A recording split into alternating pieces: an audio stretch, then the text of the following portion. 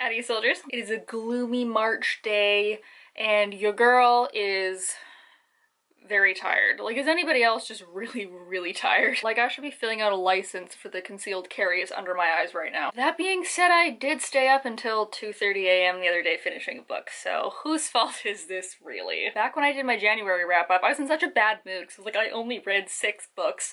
I'm just, oh god, I'm a terrible person. And then in February, I read 7 books, yet my whole attitude towards that is like, I read so much, I'm doing so good, look at me go, I got my magic back. So I mean, really, it's all about mental states at the time, I suppose. So I wanted to do a February wrap-up because I read some interesting words in the last month, and I don't know what I'm going to title this video yet, but I do think it would be fun to let you all know the multiple titles that I came up with yesterday at like 12:30 a.m. So the working title for today's video is February Books, Gods, Gays, and Gothics. But Queens, Cults, and Queers was a very close second, as was Monsters, Mushrooms, and Meet Cutes. So as you can see, I read a lot of very interesting books this month. Let's do a good old wrap up. The first one I want to talk about is the end to a series that I enjoyed so much and I can thankfully say is now one of my new favorite series, and that is A Vow So Bold and Deadly by Bridget Kemmerer. The Cursebreaker series starts off with a Beauty and the Beast retelling that she really expands and makes her own and deep dives into in the second and third books,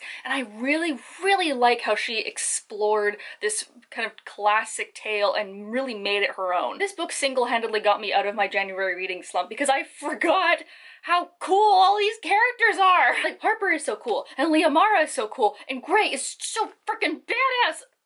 Even Ren, who takes the reader on a journey throughout the series, and I was very put out with in the second book. In this book, he has my heart, like he has my sympathy. Slow clap for the magic that is empathy, ladies and gentlemen. All of her characters are so nuanced. Like, they make bad choices, they make mistakes, they hold grudges, and the consequences of everyone's actions are thoroughly seen in everybody's story. Things like guilt and duty and hindsight are so well foreshadowed. It was a very emotional ending to a very emotional series, which I really enjoyed. I like how it wasn't kind of the traditional big battle and then everything's over and then everything's like rainbows and sunshine. The only thing that I did have a small complaint about is that it ended too fast. I think that the like final boss battle was cool, but then it was over, and I think we could have explored a little bit of the like aftermath with some of the other characters. I hear a rumor that there's gonna be another one, or there's gonna be like a novella or something. And I'm just saying I wouldn't be mad, you know? The next book I finished in February is one I don't have a physical copy of, so a beautiful picture will appear now, and that is A Hollow Gods by A.J. Vrana. The author Alexandra actually reached out to me and asked that I review her book, which was pitched to me as this new adult paranormal thriller, and I was like, yes please. And I can happily and confidently say this is a fantastic new adult thriller. It takes place in a rural town up of the coast of BC, which is where I'm from, and it has a really good take on like forest spirits and seers and dream walkers and werewolves. Follow Mia, Mason, and Kai, 3 residents of the town of Black Hollow, where girls go missing in the forest sometimes, and it gets blamed on an ancient dream walker forest spirit. And their 3 lives and fates combine when superstition in the town goes wild once more girls start going missing, and they have to work together to take down an ancient evil being with grudges against the townsfolk. My favorite thing about her characters is that they are brash and rude, but they're not doing it for shock factor. Like, even if they are being crass, it's true to their character. My only critique is that the ending happened very fast and I'm still a little confused about it, but I also feel like the things that I am confused about will be explained in the sequel, so I might have to pick up a copy of that too. A lot of people ask me for new adult, and a lot of people ask me for thriller books. Yeah, highly recommend. Okay, next one is one that I'm putting off for way too long, and I'm really glad that my Word Nerds, which is my vlogging writing group that I will link up there, they finally had it for book club, so it forced me to read it, and that is Mexican Gothic by Silvia Moreno Garcia. It is 1950 Mexico City, and Noemi's cousin has married a rich white man and now lives with him and his estranged family in this beautiful estate in the middle of the mountain. Noemi gets a frantic telegram that doesn't make a lot of sense, and her family starts worrying for her cousin. She is sent to the high place to be able to take care of Catalina and discover what's happening with the family. It is a tension-filled, slow burn thriller mystery that is creepy and Gothic. You're questioning your sanity at every turn. You're questioning everyone else's intentions, and not in a good way. It definitely focused more on the Gothic atmosphere and aesthetic than it did on the character development, because I did find a lot of them didn't have super strong arcs, which is also fine because a Gothic book doesn't tend to have a lot of change. It does have quite a set structure. And just like Word Nerd Megan said, after reading this, I can no longer trust mushrooms. I'll tell you a funny story about this, because the day I finished this, I went with my boyfriend to his aunt's place where we were all going to make soup, and we were cutting up vegetables, and his aunt just casually hands me a plate of mushrooms. And I almost fell off my chair. I no longer know what his family's opinion of me is, but if you had read this book, you would have understood why. I really like Mexican Gothic, I really like Gods of Jade and Shadow, and I know that she has like 2 or 3 or like 7 coming out this year, so I'm very soon just gonna have an entire shelf of Silvia Moreno Garcia, and I'm okay with that. Alright, now another one that I didn't read last year that I'm kicking myself over is Reverie by Jordan Ifueko. This is a fast-paced, beautifully written, fantastically world-built book that incorporates multiple kinds of African fantasy. In this world, all emperors are people called ray-bearers, which is kind of like telepathy that only the people of his inner circle share. Tarisai was raised by an absent mother only known as the Lady, and she has a plan to get Tarisai into the palace by sending her to the child emperor when she is also a child, in hopes they will grow up together and he will choose her as part of his inner circle. Tari is also quite special because she is a half-demon and she can feel the memories of whatever or whomever she touches. Follow Tari and Deo as they grow up over time and slowly grow into their roles as Deo becomes more and more emperor-like, and Tari's gifts start getting a little out of hand. Plus there's a bunch of stuff with the old emperor and political unrest. Also the underworld, there's like an underworld tithe that they have to give children to it, which is weird. Not only is this a really good story, it has amazing themes of friendship and family and connection, and also what it means to have multiple cultures all coming together in one country or in one continent. What that means to everybody's individual families and stories and cultures, and the mixing of cultures or the prejudices that everybody has. But then again, if I was telepathic and all my friends heard every thought that I was saying, it probably wouldn't be friends anymore, because, you know, I like to think that I'm quite an intelligent person, but the thoughts that are going up in here are so dumb. And I don't know how Tari does it. I know this is her first book, and I know it's gonna be a duology, but I did feel a little bit like I was trying to like herd plot lines in. Like I just kind of kept, there's so many that I have to just kind of put together, and they did come together at the end, but I hope it'll be slightly more explained in the sequel. Okay, so my hands are getting a little sore because I've been filming TikToks all day and holding up books. So I'm gonna talk about an ebook so I don't have to hold something up and I can give my delicate wrists a rest. So I also would like to talk about how I read Tempting Hades by... hold on. Emma Ham. As many of you maybe know, I have been looking for some good Hades and Persephone retellings and just can't quite get them.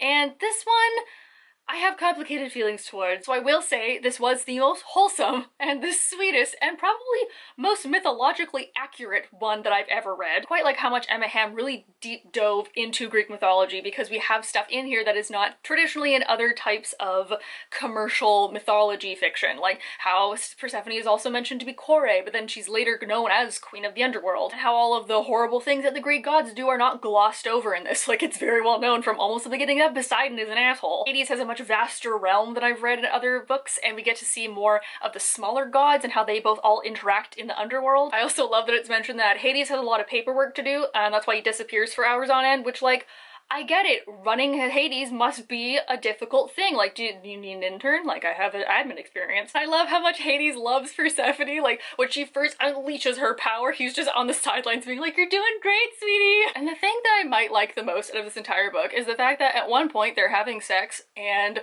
Persephone reaches nirvana. Like, have you ever had sex so good that you saw somebody else's afterlife? All that being said, I was slightly bored, and I think that's also because I've researched it so much and I've read so many other retellings that I know, like, exactly beat for beat what's gonna happen, and nothing really out of the ordinary came, and like there's no plot twists to get me. So on the complete opposite side of the spectrum, we're gonna talk about a sci-fi that I read this month, and Ooh, this is now up there in my new favorite sci-fis. That is The First Sister by Lyndon A. Lewis. It's shiny! Ooh, major selling point. This was a really cool original sci-fi idea where people have now left Earth and they live on Venus and on Mars and on Mercury and in space, just literally everywhere. And the way that people live on these different planets kind of aligns them differently with technology, genetics, and natural resources. Leto Lucius is a ex-pilot who was taken down by Captain Saito Ren, who we also see from as well in another perspective of like how the war both changed them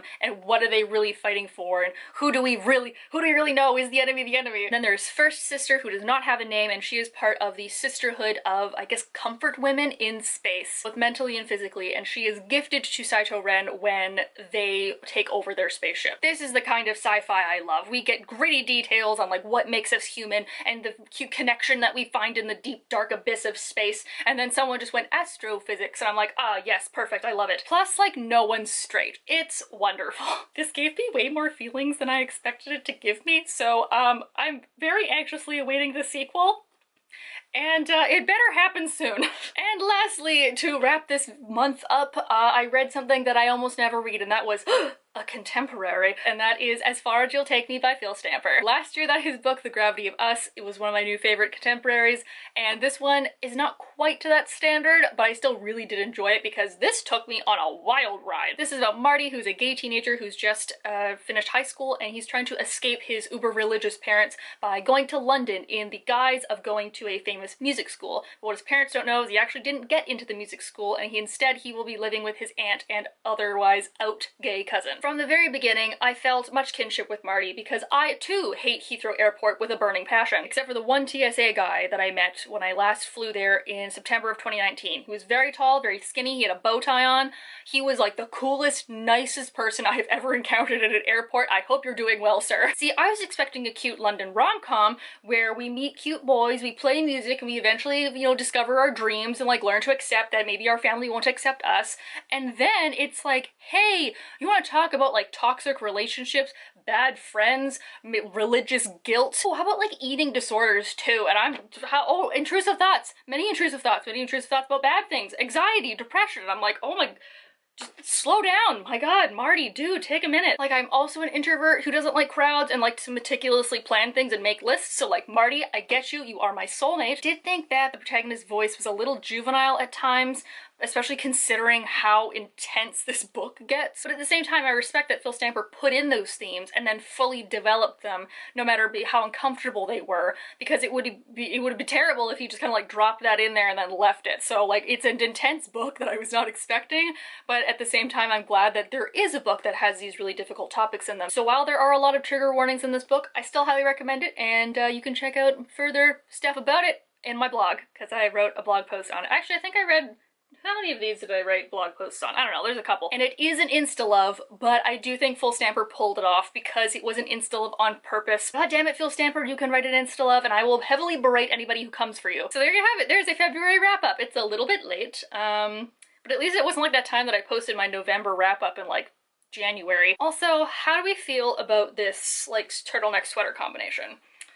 Because at first I was like, oh, this is like a cute layering technique, and then with the little buns and this color, I realized I look like Princess Leia, which isn't necessarily a bad thing. I can happily say that I'm out of my January reading slump, and I've read already like 3 or 4 books this month.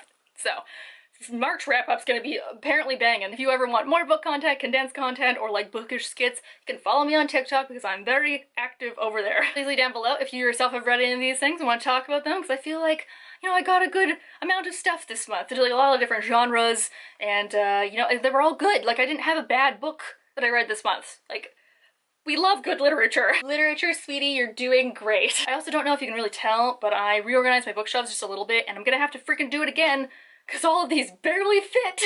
And I just ordered like 4 more. And the infamous TBR bookcase is not looking any emptier these days. I acknowledge that I have a problem. And my problem is I don't have enough bookshelves. Hey, it could be drugs. You know where to click to like the video. You know where to click to subscribe. I hope you guys are all having a nice day wherever you are, and I will see you all next week. Bye!